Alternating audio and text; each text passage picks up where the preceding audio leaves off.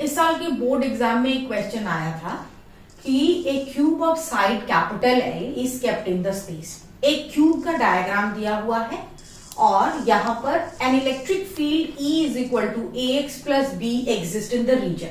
यहाँ पे electric field का जो वैल्यू है वो देख रहे हो कि ax plus B I cap है, मतलब कि वो x डायरेक्शन में जो है वो आपका इलेक्ट्रिक फील्ड लाई करता है। तो क्वेश्चन में पूछा है कि net charge enclosed by the cube कितना होगा, इस क्यूब के भीतर कितना चार्ज जो है वो है। तो हम ये बताएंगे कि एक क्यूब का 6 सरफेस होता है, 6 फेसेस होते हैं। तो ये जो सेकेंड सरफेस है यहाँ पर एरिया वेक्टर और इलेक्ट्रिक फील्ड के बीच में आपका ना एंगल बन रहा है 0 डिग्री, क्योंकि एरिया वेक्टर जो है वो हमेशा परपेंडिकुलरली आपका जो है वो बनाया जाता है। तो यहाँ पर पैरेलल हो जाने के कारण cos 0 डिग्री हो रहा है। और वही यहाँ पर भी आपका फर्स्ट सरफेस के ऊपर एरिया वेक्टर जो है वो परपेंडिकुलर हमने ड्रॉ किया है।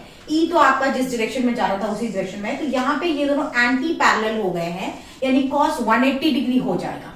और बाकी जो 4 सरफेसेस है, ये जो ऊपर वाला सरफेस है, यहाँ पे इलेक्ट्रिक फील्ड के साथ एरिया वेक्टर का 90 डिग्री बन रहा है और cos 90 डिग्री 0 होता है, क्योंकि हमें जो है वो फ्लक्स का फॉर्मूला अगर हमें याद आए तो क्या होता है, उसमें electric field E into delta S into cos theta होता है। तो cos थीटा cos 90 आने से 0 हो जाता है, इसीलिए आपको चारों सरफेसेस जहां भी एंगल जो है वो E और ds का जो एंगल है वो π/2 है, तो वो सारा वाला पोर्शन आप फाई इज इक्वल टू 0 करके आप उसे नहीं भी चाहें तो लिख सकते हैं। अभी ये φ1 जो है वो कितना होगा, E डेल्टा एस cos ये वाला जो सरफेस है ये आपका अगर φ1 हम लेंगे, ये तो सेकेंड सरफेस है, तो cos 180 डिग्री इस वाले जगह पर एंटी पैरेलल हो रहा है। तो E आपका कितना है, ax प्लस बी और डेल्टा एस क्या है, एरिया ऑफ दैट सरफेस। तो ये चूंकि एक स्क्वायर क्यूब जो है वो आपका उसके लेंथ ब्रेथ और हाइट तीनों सेम होते हैं, इस जगह पर एक स्क्वायर बनेगा। तो डेल्टा एस आप क्या लिख सकते हैं, चूंकि इसका साइड L है, L स्क्वायर लिख सकते हैं। cos 180 डिग्री का वैल्यू कितना होता है, -1। अब यहां पर क्या करना है, ये ओरिजिन से स्टार्ट हो रहा है, ओरिजिन से स्टार्ट हो रहा है अगर ये क्यूब, तो यहां पर x का वैल्यू कितना है, 0 है। तो वो यहां पे हम डाल देंगे, ax की जगह पे जहां x है वहां 0 डाल देंगे, b ऐसे ही रह जाएगा और ये मल्टीप्लाई करने के बाद -l² हो जाएगा। तो 0 के साथ कोई भी चीज मल्टीप्लाई होती है 0 हो जाता है, तो आपका बचेगा -bl²। अब ये सेकेंड सरफेस अगर हम लोग देख ले तो यहाँ पे भी क्या हो जाएगा, E delta S cos 0 degree, क्योंकि यहाँ पे दोनों जो इलेक्ट्रिक फील्ड है, एरिया वेक्टर है, वो दोनों पैरेलल है, तो एंगल 0 डिग्री है, तो cos 0 डिग्री का वैल्यू 1 हो जाएगा। फिर से डेल्टा एस क्या हो जाएगा यहाँ पर, क्योंकि वो एरिया है उस स्क्वायर सरफेस का, तो L इंटू एल यानी L², इलेक्ट्रिक फील्ड का वैल्यू डाल देते हैं ax प्लस बी।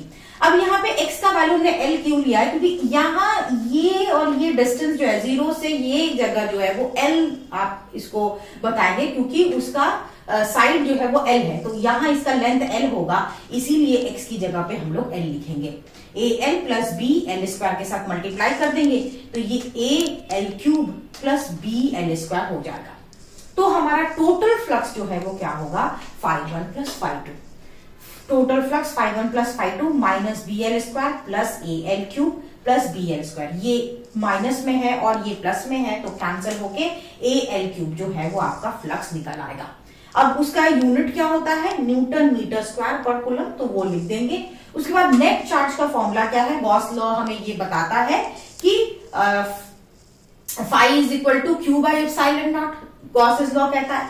तो Q इज इक्वल टू हो जाएगा epsilon naught phi, epsilon naught ऐसे ही आ गया और यहाँ फाई का जो वैल्यू है वो आप पुट करिए AL³, तो यही आपका टोटल चार्ज जो है वो क्यूब के द्वारा इंक्लोज किया जाता है। C हमने लिखा है, इसका ऐसा यूनिट है कूलम, तो चार्ज जो है आपका कूलम में मेजर होता है। Q is equal to epsilon naught AL³ coulomb is the answer for this question.